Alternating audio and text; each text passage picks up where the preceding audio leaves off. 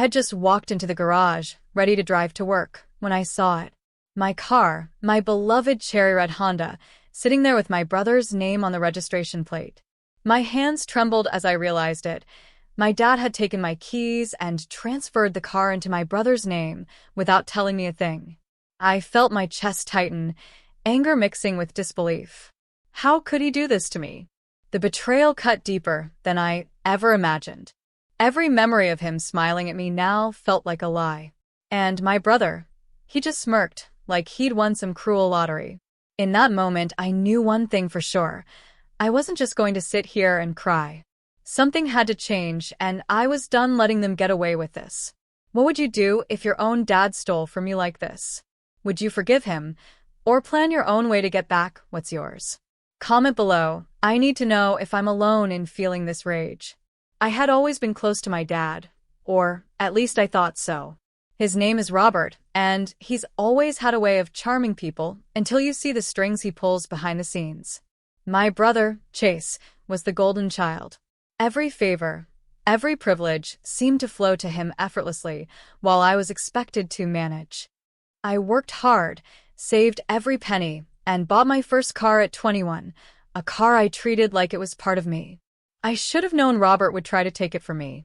It was a normal Saturday morning when I decided to drive downtown. I called out to Chase, expecting a quick greeting, but instead, he just laughed, holding my keys between his fingers. "Dad says it's mine now," he said, smirking. My stomach sank. I confronted Robert immediately, and his calm, dismissive tone felt like a punch. "It's just paperwork. You'll understand someday."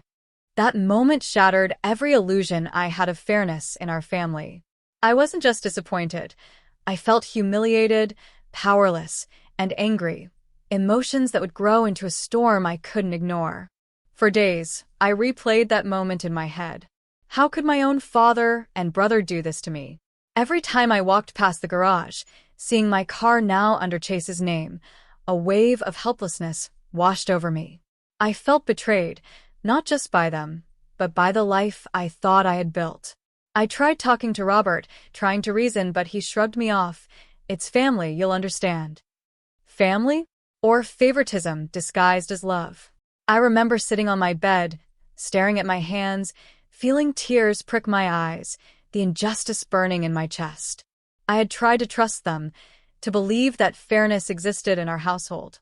But the truth was raw and bitter. I was invisible when it came to anything that mattered. Even Chase seemed to enjoy the power, flaunting the keys, sending subtle reminders that I no longer had control. I considered yelling, leaving, crying, but all of that felt like surrender. Instead, anger began to transform. The humiliation, the sting of betrayal, became a fuel. I started taking notes, observing patterns, figuring out when Robert and Chase left the house, how they handled money and assets. Every slight, every dismissive comment became a piece of the puzzle. My sadness slowly turned into determination.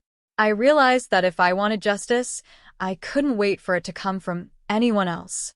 I had to plan it, and I had to be clever. By the end of that week, my heartbreak had evolved into something else, a quiet, simmering determination. They thought they had won, but in reality, they had just lit the fire that would make them regret underestimating me. I began subtle maneuvers, almost invisible. I pretended to be defeated, smiling politely while inside. I schemed. I studied their routines, noticed Robert's obsession with appearances and Chase's overconfidence. I quietly researched legal ways to reclaim my car, checking ownership loopholes and financial oversights. I even went as far as leaving little hints in conversation, suggesting I was moving on, while secretly preparing my next move.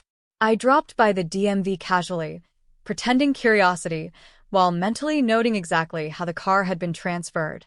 Each passing day, the anticipation built inside me, a mixture of anxiety and exhilaration. They had no idea that the quiet girl they dismissed was meticulously planning her comeback. And though they thought the battle was over, I could almost hear my inner voice whisper, "Not for long."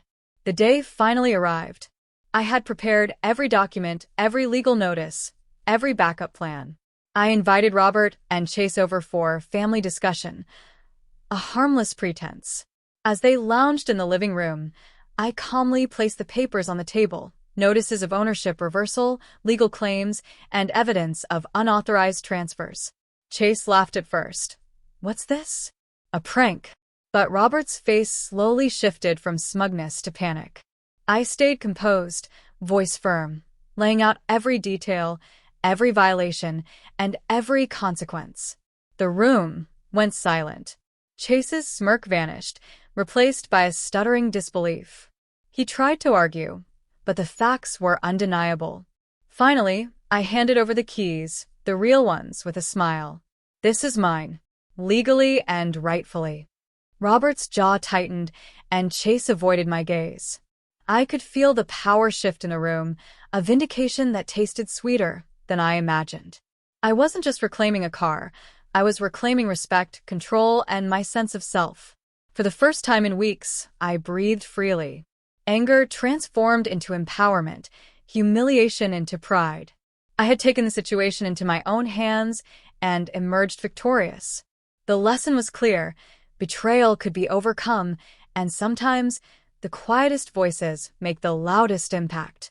Looking back, I realized that revenge wasn't about hurting Robert or Chase. It was about reclaiming what was rightfully mine and asserting my own worth. The feeling of powerlessness had taught me patience, strategy, and self-respect. I had learned to transform negative emotions into focused action. I also understood boundaries. Just because someone is family doesn't mean they have the right to manipulate or control you. Trust must be earned, not assumed. And sometimes, the only justice that matters is the one you fight for yourself. Sharing my story, I hope others see that even when betrayal feels devastating, there's a way to rise above it. It's not about cruelty or spite. It's about protecting yourself and asserting your dignity. What I gained wasn't just a car. It was confidence, clarity, and an unshakable belief in my own strength. Life after the confrontation felt liberating. I drove my car with a newfound appreciation for independence and autonomy. The household atmosphere shifted. Robert and Chase were quieter, more cautious, but I no longer felt fear or resentment, only empowerment. I began focusing on my career, friendships, and personal growth. My dad and brother's antics no longer dictated my emotional state. I could smile at them without bitterness, knowing I had earned my victory through intelligence and perseverance. Friends noticed the change. I carried myself with more confidence, and people began respecting my boundaries. Even legally, the process set a precedent.